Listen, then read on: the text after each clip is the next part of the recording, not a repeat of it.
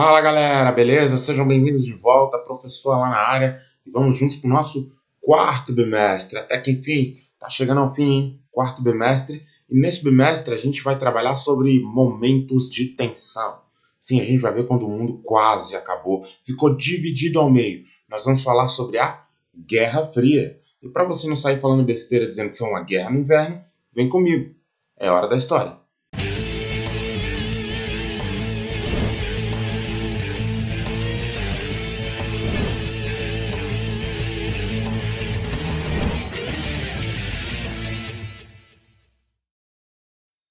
Galera, lá no segundo bimestre a gente trabalhou sobre um conflito conhecido como Segunda Guerra Mundial. E lá a gente viu quem venceu, não foi? O grupo chamado Aliados. Mas peraí, falar que os aliados venceu a guerra é falar de muita gente. Dois ali saíram como os maiores vencedores da Segunda Guerra Mundial. Dois países vão despontar como as duas maiores potências do mundo agora. É eles que vão dominar. E quem são esses dois? Que entraram no meio da guerra e acabaram decidindo tudo. Estamos falando dos Estados Unidos da América e estamos falando da União Soviética. Esses dois países agora vão se tornar as duas grandes superpotências. A gente não está nem falando de potência mais, está falando de superpotências. E essas duas superpotências é que vão protagonizar o conflito que a gente chama de Guerra Fria. Mas o que foi a Guerra Fria? Será que foi a guerra entre essas duas superpotências? Calma. Por Guerra Fria, a gente entende como um conflito ideológico, político e econômico entre as duas superpotências após a Segunda Guerra Mundial. Como assim? Quando a gente fala de um conflito ideológico, a gente está falando de conflito de ideias opostas, de ideias diferentes. E essa Guerra Fria ela vai durar muito tempo. Ela vai desde o fim da Segunda Guerra Mundial, que foi lá em 1945, até 1989, ou seja, foram mais de 60 anos nessa treta entre os dois. Por que a gente fala fria? Porque em nenhum momento as duas superpotências vão entrar em conflito diretamente. Não vai ter uma guerra direta entre Estados Unidos e União Soviética. Ainda bem. Mas ideologicamente e pelos lados ali, vai ter muita treta entre esses dois países. Como assim? Quais eram essas ideologias opostas de cada uma das superpotências? Estamos falando de um lado dos Estados Unidos, o maior país capitalista do mundo. Do outro lado, estamos falando da União Soviética, o maior país socialista do mundo. Professor, qual era melhor? Bom, estamos falando das duas superpotências. As duas estavam indo muito bem naquele momento após a Segunda Guerra Mundial. Só que capitalismo e socialismo são ideologias opostas. Para uma dar perfeitamente certo, o ideal seria que a outra não existisse. E aí, por isso, após a Segunda Guerra Mundial, esses dois países vão começar a disputar as zonas de influência. Vão começar a disputar os outros países para ver quem está do seu lado, para ver quem faz parte do seu grupo. O mundo vai ser dividido e eles vão disputar os países ali mais ou menos como um tabuleiro de war. Aí, meu amigo, durante a Guerra Fria não tem como ficar em cima do muro. Ou você se alia com um, ou você se alinha com o outro. Ou você se declara um país capitalista e fica alinhado aos interesses dos Estados Unidos, ou você faz parte do bloco socialista, aliado aos interesses da União Soviética. Por isso que a gente fala que durante a Guerra Fria, o mundo ficou bipolar. É o que nós chamamos de bipolarização. O que significa bipolar? Significa dois polos. O mundo ficou dividido em dois polos opostos. De um lado, o polo capitalista, liderado pelos Estados Unidos. Do outro lado, o polo socialista, liderado pela União Soviética. O mundo estava dividido ao meio, bipolar. Antes mesmo da Segunda Guerra Mundial acabar, já dava para perceber que os dois países iam despontar como as maiores lideranças do mundo depois da guerra. E a gente percebia isso como? Através de algumas reuniões que aconteciam, como por exemplo a Conferência de Yalta. Essa foto foi tirada na Conferência de Yalta. Vamos entender quem são esses três caras posicionados aí. Aqui, ó, esse velhinho, nós temos Winston Churchill, primeiro-ministro da Grã-Bretanha, líder da Inglaterra durante a guerra. Aqui no centro nós temos Franklin Roosevelt, presidente dos Estados Unidos durante a guerra. E aí na outra ponta nós temos Bigodão, Joseph Stalin, líder da União Soviética. Aqui eles já estavam decidindo o que nós vamos fazer depois que a guerra acabar. Já estava certo, daqui a pouco a gente vai conseguir derrotar a Alemanha. O que nós vamos fazer com a Alemanha? Como é que a gente vai lidar com o mundo agora depois da guerra? Tudo isso estava sendo tratado na Conferência de Yalta.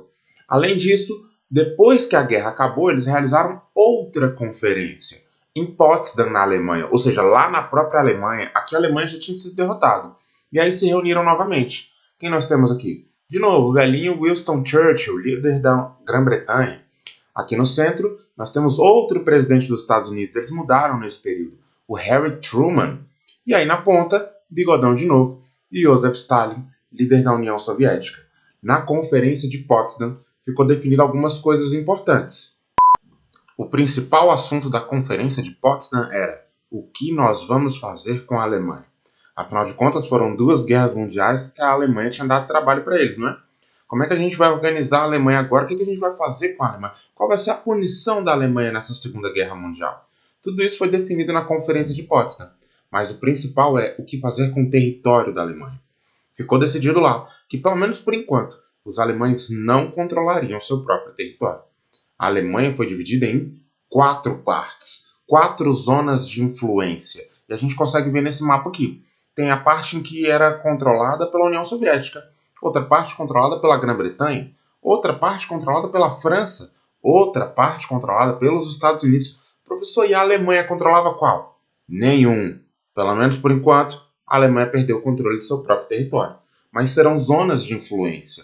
Na prática, gente, essas zonas de influência evoluíram para 2 grandes zonas. De um lado, a zona de influência da União Soviética.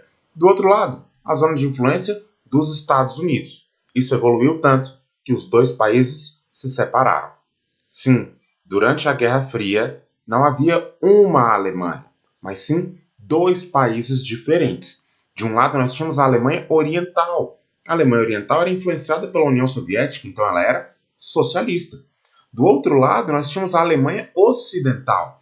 A Alemanha Ocidental influenciada pelos Estados Unidos, então ela era capitalista. Percebam, a Alemanha era o resumo da Guerra Fria, dividida ao meio, separada em 2 países. Sim, durante todo o período da Guerra Fria não era um país. Quando chegava a Copa do Mundo, não era um país da Alemanha, eram 2 seleções. Alemanha Ocidental, Alemanha Oriental. A mesma coisa nas Olimpíadas, eram 2 delegações. A Alemanha Ocidental, a Alemanha Oriental. Eram 2 países completamente diferentes.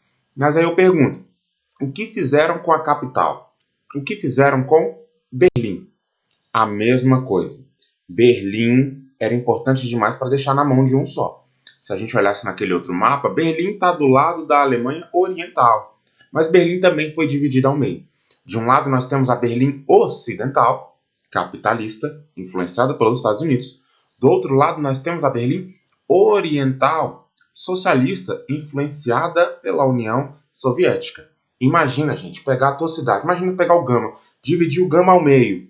Um lado é socialista, o outro lado é capitalista. Pior, quem está de um lado não pode passar para o outro e vice-versa. Imagina como é que seria. Pois é, foi o que aconteceu na Alemanha. Vamos entender melhor. Alguém aí já foi em Berlim? Pois é, essa foto aqui é de um monumento importante lá no centro de Berlim, o Portão de Brandemburgo, um cartão postal do país e tudo mais. Vamos entender as mudanças que a Alemanha passou durante a Guerra Fria, analisando esse mesmo lugar em épocas diferentes. Vamos lá, dá uma olhada nessa foto aqui. O Portão de Brandemburgo. Antes da guerra, não é? Dá para perceber porque tem bandeiras nazistas espalhadas ali, inclusive o próprio Adolfinho Hitler, se você olhar bem, está na foto. Esse foi um desfile em 1938, durante as Olimpíadas que aconteceram lá em Berlim. Agora vamos ver o Portão de Brandemburgo depois da guerra. Será que mudou muito? Pois é, aqui nós vemos um cenário de destruição. A Alemanha foi completamente destruída na guerra, ela foi invadida pelo Exército Vermelho, não é? O Portão de Brandemburgo ficou de pé, mas ao redor a gente percebe toda a destruição. Após 1945, começa a tal da Guerra Fria e a Alemanha está bem no meio disso. Berlim vai ser dividida ao meio, não é? Pois é, essa divisão ela passava exatamente em frente ao Portão de Brandemburgo. Percebam. Primeiro, os soldados do lado oriental, eles meteram a cerca lá. Por quê? Era para delimitar. A partir daqui a Alemanha Oriental. A partir de lá a Alemanha Ocidental. E aí no início foi uma bagunça, imagina o caos. Muita gente querendo passar de um lado para o outro. E aí determinou, não vai passar ninguém. Imagina, gente. Teve gente que saiu para trabalhar de manhã e quando voltou à noite, os soldados já tinham metido arame farpado. e fala, não, não, não, não pode passar. A partir de agora, o lado de lá é outro país. Houveram pessoas que foram separadas de seus amigos, de seus familiares, ficaram anos separados nessa bagunça. E aí, claro, é lógico que uma cerquinha só não ia bastar, não é? Ao longo do tempo, a galera foi levantando um muro, o famoso Muro de Berlim. Berlim foi dividida ao meio, literalmente, com um muro. Quem está de um lado não pode passar para o outro. Olha lá, esse muro cresceu ao longo dos anos e era uma enorme muralha que cortava toda a área da cidade. Imagina se passa um muro bem no meio do gama, quem está de um lado não pode passar para o outro. Provavelmente vocês têm conhecidos lá do outro lado. Eu tenho conhecidos dos dois lados da cidade. E agora? Foi o que aconteceu com o povo alemão. O povo alemão se viu dividido por causa da Guerra Fria. Um lado capitalista, outro lado socialista. Eles estão no meio disso, não tem nada a ver, mas um não pode passar para o lado do outro. A Alemanha era o resumo da Guerra Fria. Voltando lá para 1945, quando a Segunda Guerra Mundial, eles realizaram ainda uma última conferência nesse ano, que foi a Conferência de São Francisco. O que é importante falar dessa conferência? Lá eles definiram que era necessário criar uma organização das Nações Unidas, a chamada ONU. A ONU existe até hoje, não é? Qual é a função da ONU? Entre várias funções, talvez a principal seja evitar que novos conflitos como a Primeira e como a Segunda Guerra Mundial aconteçam novamente. Peraí, professor, lá atrás eles não já tinham criado a Liga das Nações? Pois é, a Liga das Nações deu errado. Mas eles pegaram a ideia da Liga das Nações, aumentaram e criaram a Organização das Nações Unidas, a ONU, que existe até hoje. Aí eu te pergunto, a ONU está conseguindo evitar novos conflitos? Bom, por um lado tá, afinal de contas, até hoje não houve a Terceira Guerra Mundial, não é? Ponto para a ONU. Mas por outro, se você pensar, vários conflitos estão acontecendo pelo mundo hoje. Desde 1945 para cá, várias guerras aconteceram. A ONU não foi capaz de evitar, mas está lá. Uma das funções da ONU é evitar novos conflitos, criada após a Segunda Guerra Mundial. Mas nem tudo era reuniãozinha, não. Nem tudo era papo de paz, não. Acabou a Segunda Guerra Mundial, mas o mundo já está tenso. Tenso pelas ações das duas superpotências. Vamos começar falando das ações dos Estados Unidos. O novo presidente lá, um cara chamado Harry Truman, olha ele aí, ele já assume com um discurso. Nós precisamos derrotar a União Soviética.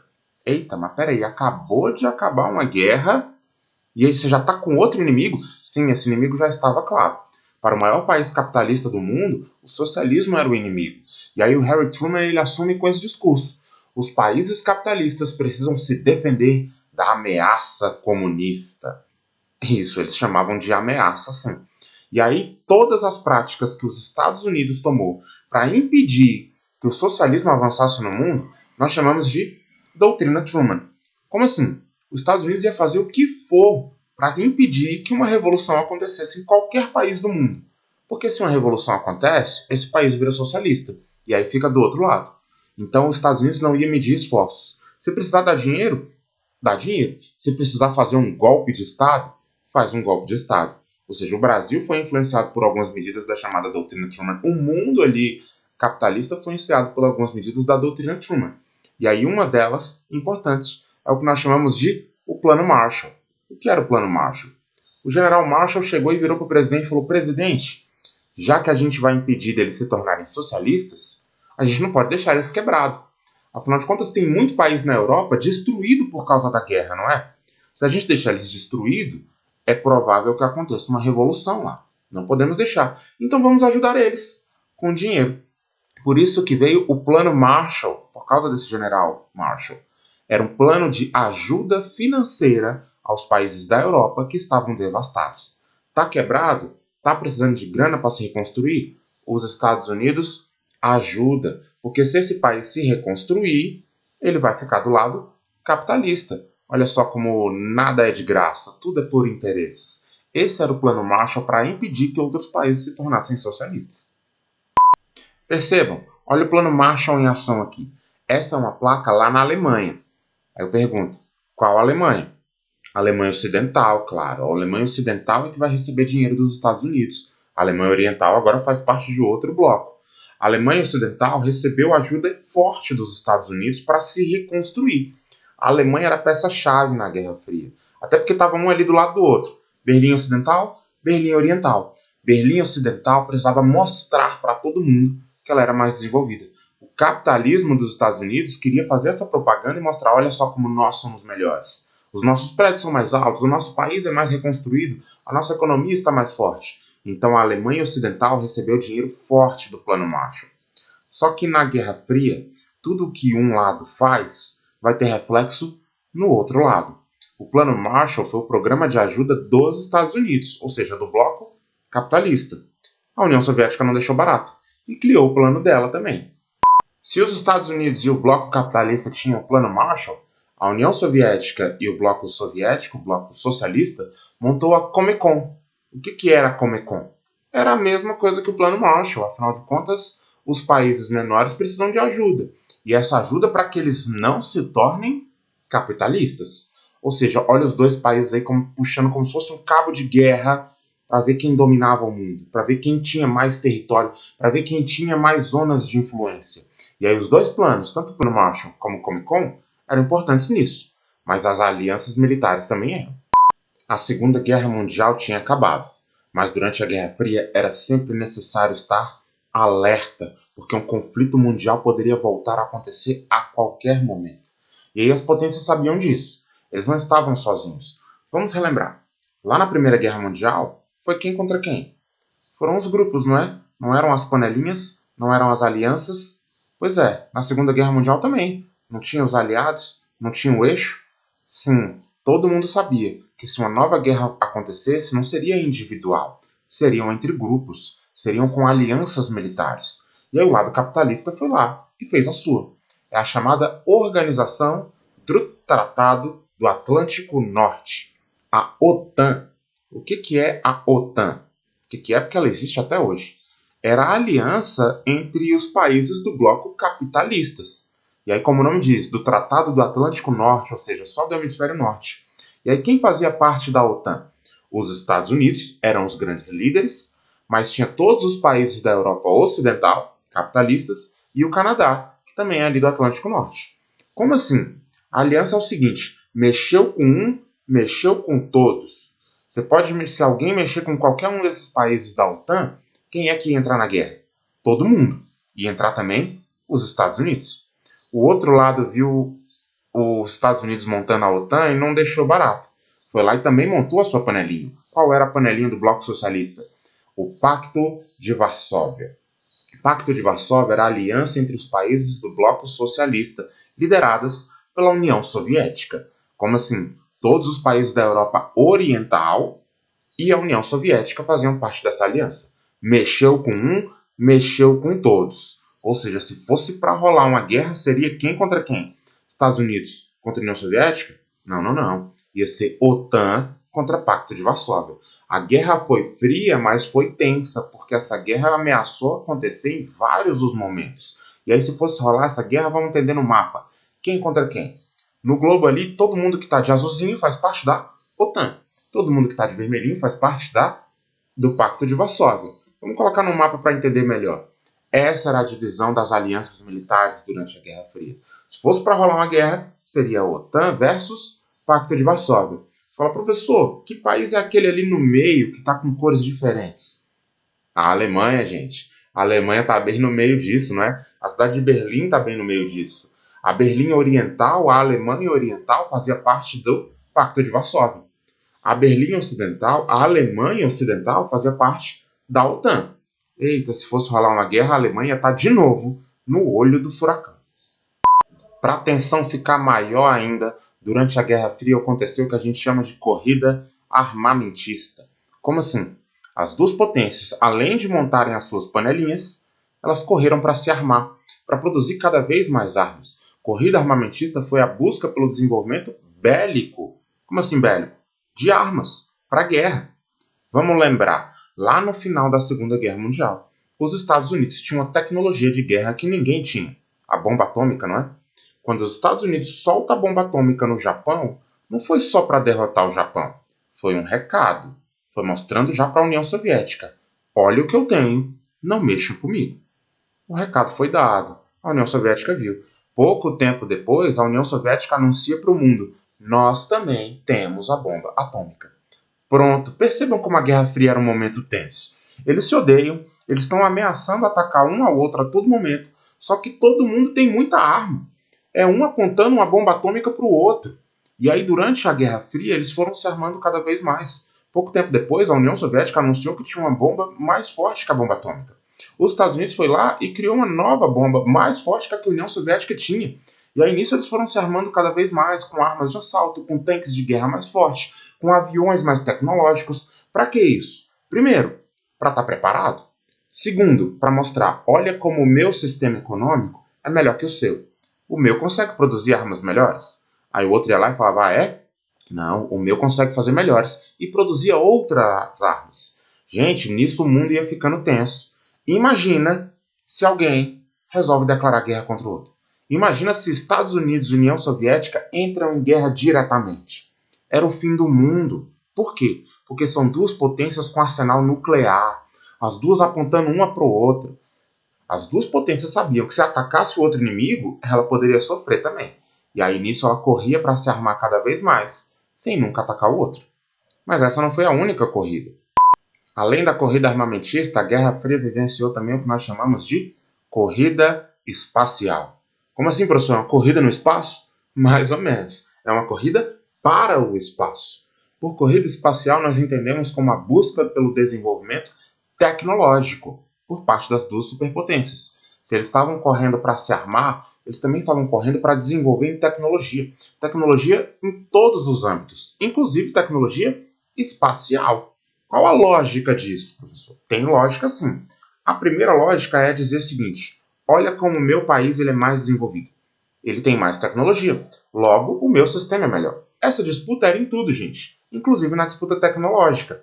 E aí o espaço virou um centro de disputa. Se os países já eram um centro de disputa aqui na Terra, quem ia chegar lá fora primeiro também virou. E aí foi uma verdadeira corrida. Primeiro, vamos lá, vamos entender o passo a passo dessa corrida espacial. Quem é que vai chegar primeiro no espaço? Qual vai ser a potência que vai enviar um satélite para o espaço primeiro? E aí os dois, correram para ver quem ia montar uma tecnologia capaz de mandar um foguete lá para fora e ele orbitar o planeta. Qual foi a primeira nação que conseguiu colar essa figurinha no alvo? A União Soviética. Eles mandaram o satélite Sputnik, que deu um rolê lá ao redor da Terra. Foi o primeiro satélite enviado lá para o espaço. Ponto para a União Soviética. Beleza, a corrida continua. Agora quem é que vai conseguir enviar um ser vivo ao espaço? E aí quem foi o primeiro país a enviar um ser vivo para o espaço e ele voltar vivinho? A União Soviética enviou a cadelinha Laika, o primeiro ser vivo a dar um rolê lá fora do planeta. E ela voltou, vivinha. Ponto para a União Soviética. Não, beleza, agora as disputas continuam. Além de enviar um ser vivo, tem que enviar um ser humano. Qual foi o país a enviar um ser humano pela primeira vez para fora do planeta? Quem vocês acham? Ponto para a União Soviética, de novo. Enviaram um cosmonauta chamado Yuri Gagarin. Cosmonauta é como os soviéticos chamam os astronautas, mas na prática acaba que é a mesma coisa.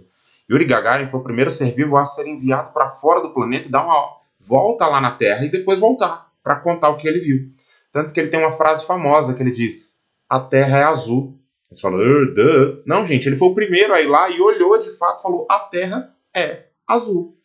A União Soviética está ganhando essa corrida, não é?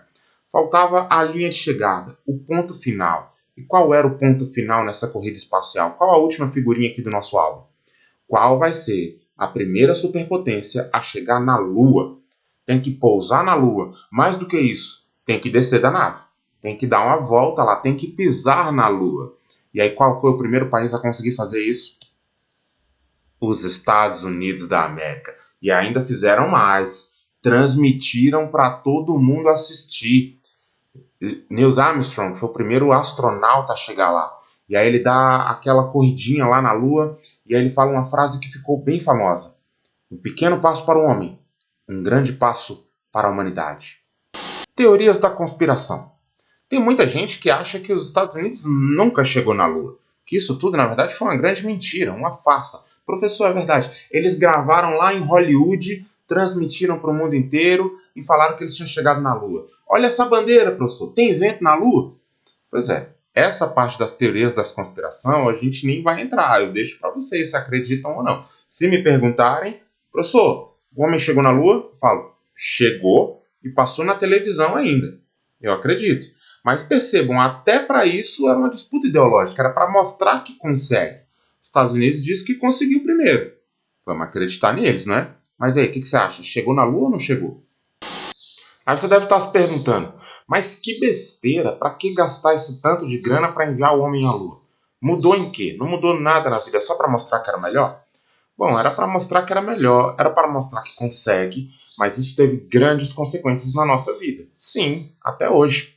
Afinal de contas, toda tecnologia desenvolvida durante a corrida espacial, ela não foi jogada no mato. Ela ainda serve. Quer um exemplo disso? Internet. A internet é um dos grandes frutos daquela busca por desenvolvimento tecnológico lá atrás. Se você está me assistindo esse vídeo hoje, através da internet, é por causa de um satélite que está lá no espaço. Telefonia também. Se você faz ligações, seja pela internet ou não, é por causa de satélite. TV a cabo, streaming ao vivo, tudo isso é por causa de satélites. E isso é fruto lá da corrida espacial. Até o seu celular, que você não larga, ele também é um fruto de tecnologia lá da corrida espacial. Só que aí vem a grande pergunta, para quê? Para que essa galera estava querendo colocar satélite lá no espaço? Para que eles estavam inventando um telefone móvel? Será que era só para jogar Free Fire ao vivo? Não. O objetivo na época era outro. O objetivo dos dois era a espionagem. Como assim espionagem? Durante a Guerra Fria, os dois lados se espionavam em tudo. Claro, até para saber o que o meu inimigo está preparando, o que ele está fazendo, qual a tecnologia que ele tem, qual o míssil que ele conseguiu inventar agora. Os dois lados espionavam em tudo na Guerra Fria. Tanto os americanos espionavam os soviéticos, quanto os soviéticos espionavam os americanos. E aí, durante a Guerra Fria, eles vão criar as suas agências de espionagem. A dos Estados Unidos você já deve ter escutado falar muito. Eles gostam de se exibir nos filmes. Qual é? A CIA, Central de Inteligência Americana. Existe até hoje, inclusive. Qual foi o grande objetivo de se criar a CIA? Espionar o lado soviético, espionar o que os socialistas estavam fazendo. Só que a gente viu, na Guerra Fria, o que acontece de um lado se reflete do outro, não é? A União Soviética também tinha sua agência de espionagem muito grande, a KGB. KGB é a sigla em russo para Central de Inteligência também. E aí eles treinavam e enviavam espiões. Tinha espião que era espião duplo, que trabalhava para os dois lados. Tudo isso acontecendo dentro do contexto de Guerra Fria. É isso aí, galera. Encerramos essa aula por aqui. Espero que você tenha entendido. Então, não se esquece, faz as anotações no seu caderno, tira a foto e me envia lá pelo Classroom, beleza? Hoje mesmo ainda vai ter muito exercício sobre esse conteúdo. Se precisar, assiste de novo. E é isso. Até a próxima. Feliz Natal, Feliz Ano Novo. Beijos.